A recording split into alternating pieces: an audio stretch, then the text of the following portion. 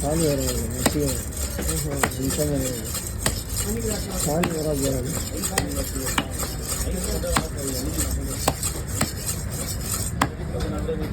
புறாங்க சாப்பிட்டு வச்சுட்டு தலையெல்லாம் வச்சு அதுதான் தலை வெட்டத்தை மட்டும் போட்டேன்.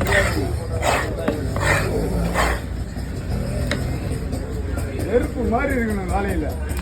சாமி மாதிரி நெருப்பு மாதிரி வேலையை செய்யணும். வேலையை முடியும்.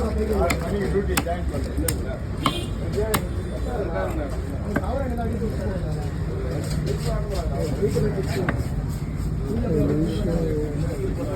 அம்மா வீடு வாசல் சொன்னீங்க.